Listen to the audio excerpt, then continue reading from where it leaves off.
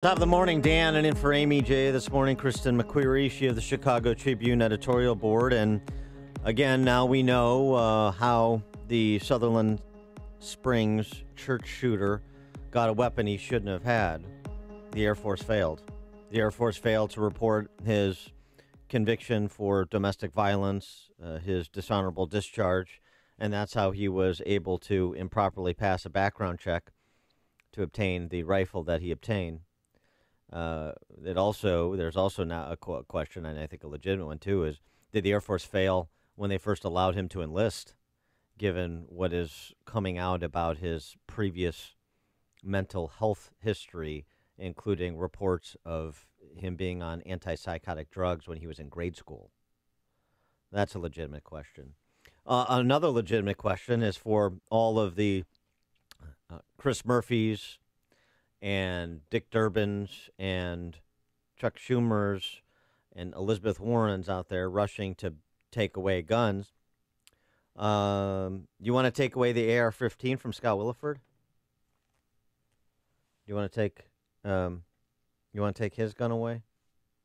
I'm Stephen Williford, excuse me. Do you want to take Stephen Williford's AR-15 away?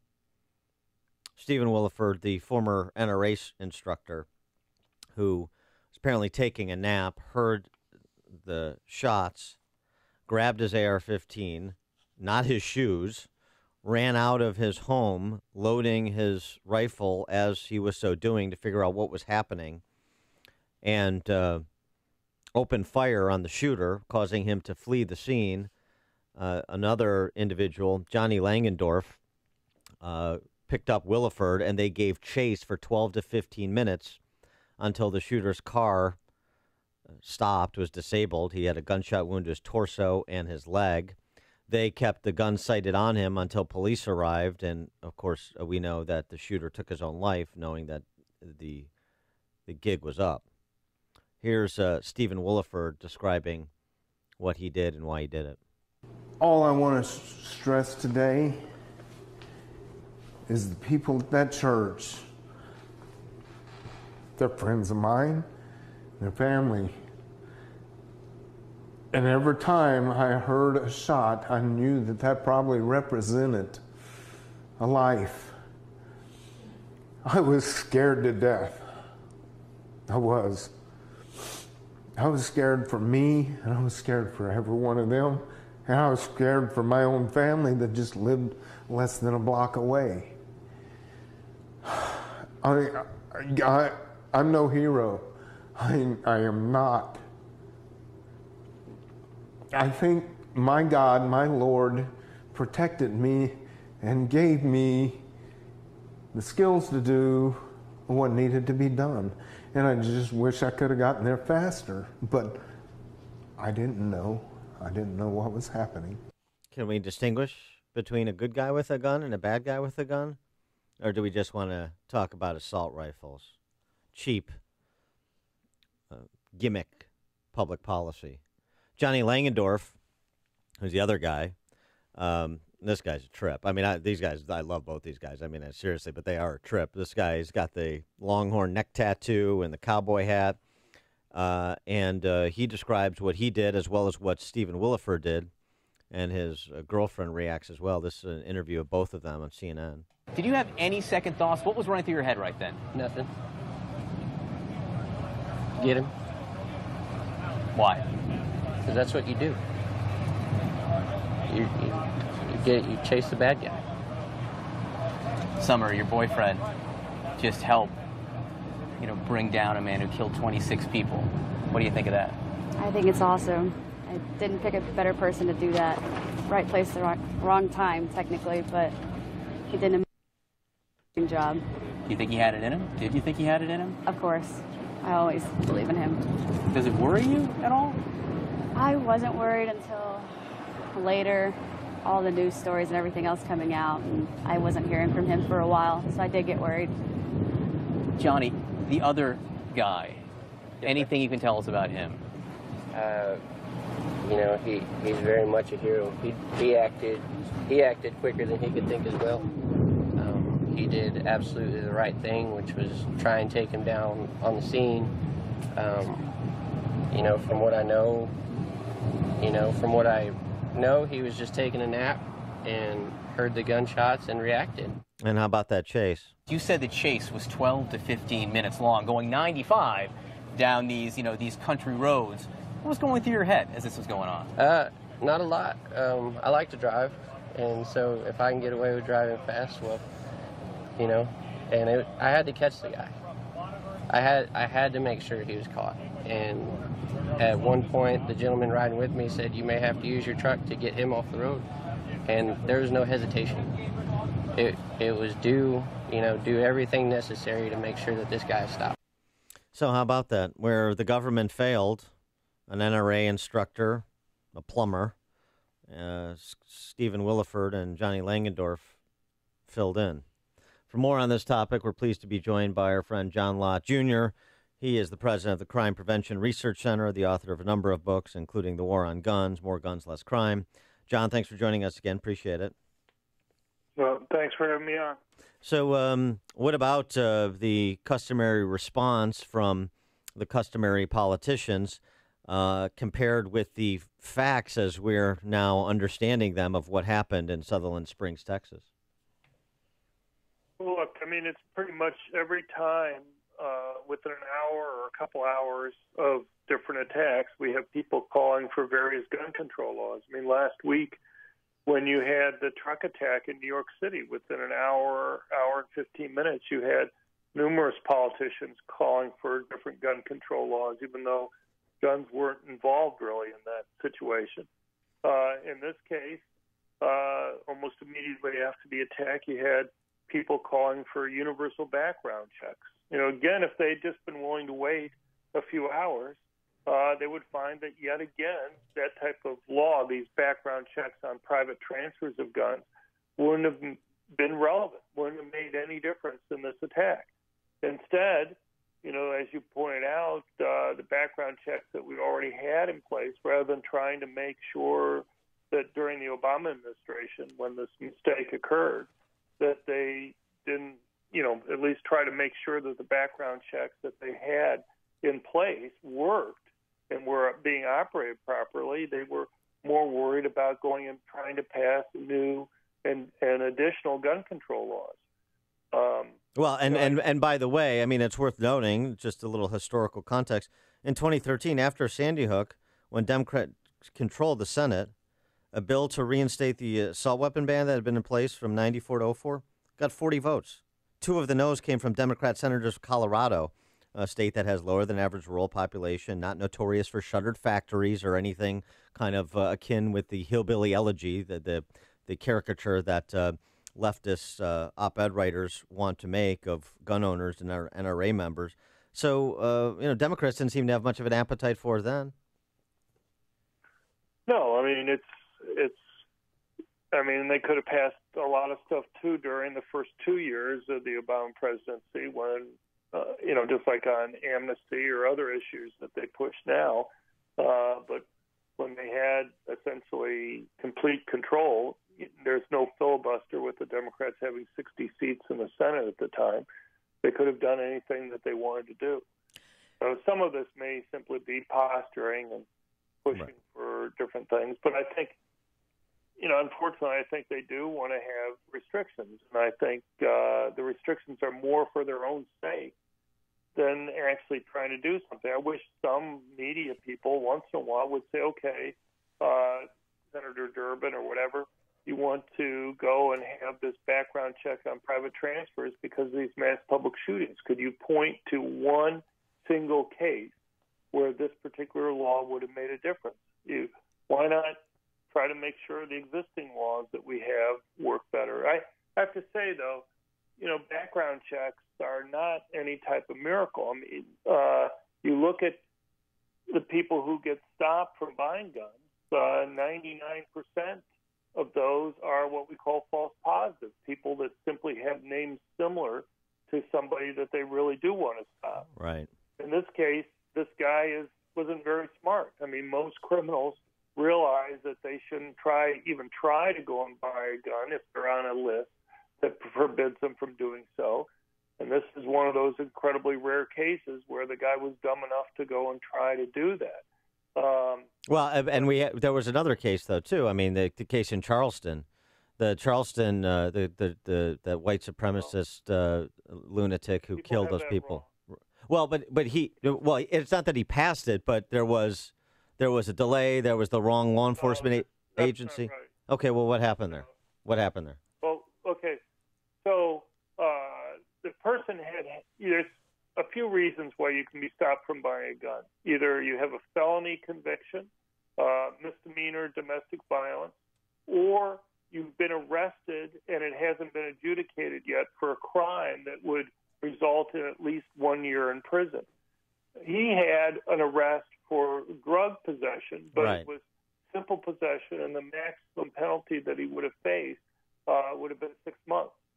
So he wasn't in any way prevented from being able to buy a gun. You could also prevent somebody from buying a gun if the person was a drug addict. But having one case where you've been charged and not convicted one time of drug possession won't get you. No judge would let something like that go through. Okay, but there's still an issue with the Charleston case, and here's the issue: that the NICS examiner was unable to confirm any conviction or his admitted possession within the 3 business day grace period that would have triggered the possibility of a denial on the grounds that the suspect was an unlawful drug user or an addict. So you still have a response time issue in that case, even though it could have very well turned out as you suggest. They could have taken a year to go and look at it, and they still wouldn't have been able to stop him from getting a gun. Okay. You may want to change the law. You may want to say, okay, if you've been arrested for marijuana one time and it hasn't been gone to trial yet, we're going to stop you from being able to go and get a gun or something like that. But, given the current laws that were there, as I said, they could have spent 5 years or 10 years looking at it, and it still wouldn't have made any difference because you hadn't done anything at that point that would have stopped him. Now, whether you want to change the law, that's a different question. But that's not a case for them to point to. Do you assert then that had he tried to purchase a weapon and the Air Force did in fact report as they were supposed to, and would he then have been barred from buying a gun, or are there still backdoor ways for people with his type of record, setting aside the Air Force mistake, to purchase a firearm? Right. No, that's a good question. There's basically 2 parts to the answer. One is, given that this guy seems to be pretty stupid, he would have tried to buy a gun. He lied on the 4473 form that you have to fill out to do that. He would have committed perjury, and he'd presumably still be in prison right now for having done that. So that guy would have been stopped. But for other people who aren't quite as dense as this guy apparently was, there's so many ways to go and get guns. I mean, it's kind of like saying, how hard is it to stop somebody from buying illegal drugs? I mean, we have, in a sense, we have background checks on people buying illegal drugs, right? I mean, you have to go to a pharmacy, you have to have prescription, you have to show who you are in order to be able to go and get it. You just can't go and buy controlled substances at the pharmacy without having essentially go through a background check.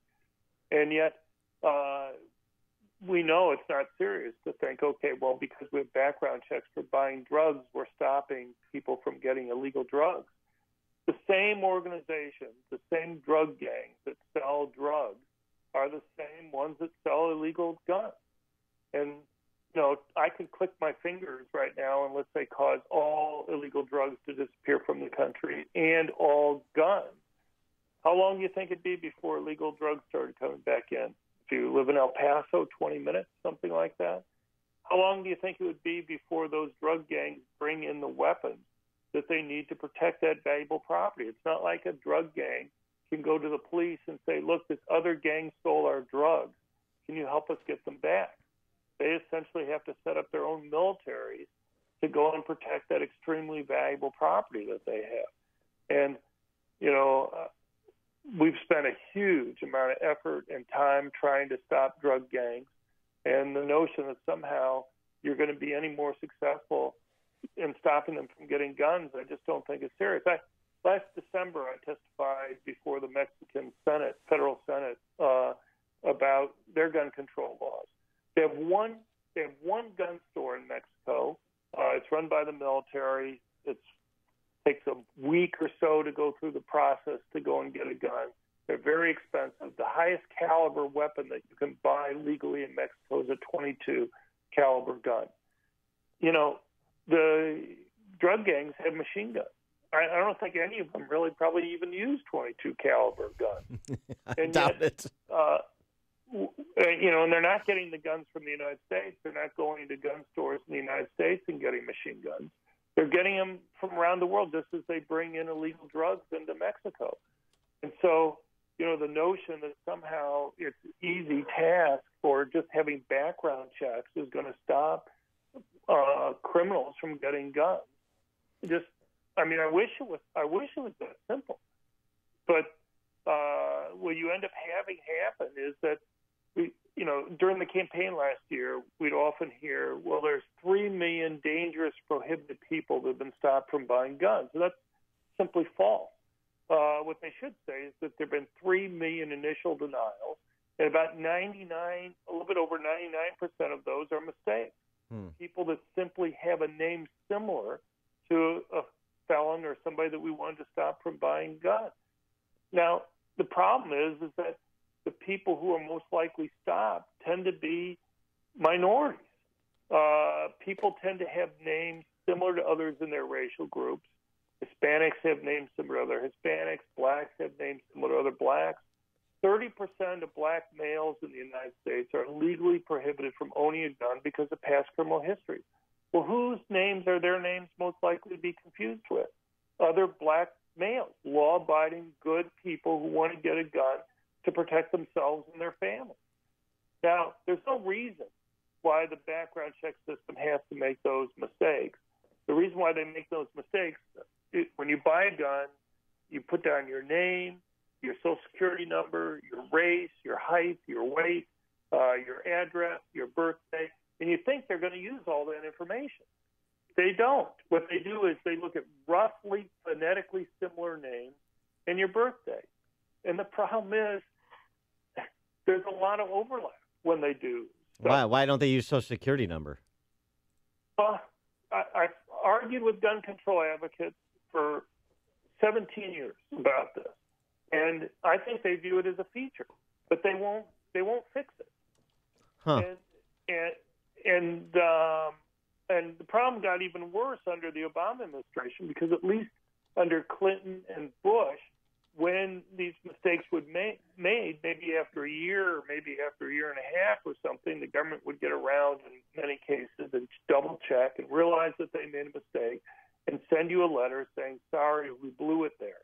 But under Obama, he removed everybody that did the double checking. He assigned them to other tasks. Now, you could go and hire a lawyer to go and do an appeal, but most people have to hire a lawyer to do an appeal, and it costs thousands of dollars. So basically, not only have you improperly identified blacks and Hispanics overwhelmingly, but you've ended up making it so that middle income and poor people, poor blacks and Hispanics, were being disproportionately stopped from owning guns because of mistakes that were through no fault of their own. Interesting. There's no reason why somebody has to go and spend thousands of dollars to correct a mistake that the government shouldn't be making to begin. He is John Lott, Jr., president of the Crime Prevention Research Center, author of a number of books on the topic, The War on Guns, More Guns, Less Crime. John, thanks as always for joining us. Appreciate it. Thanks for your time. And he joined us on the turnkey.pro answer line. There's only one.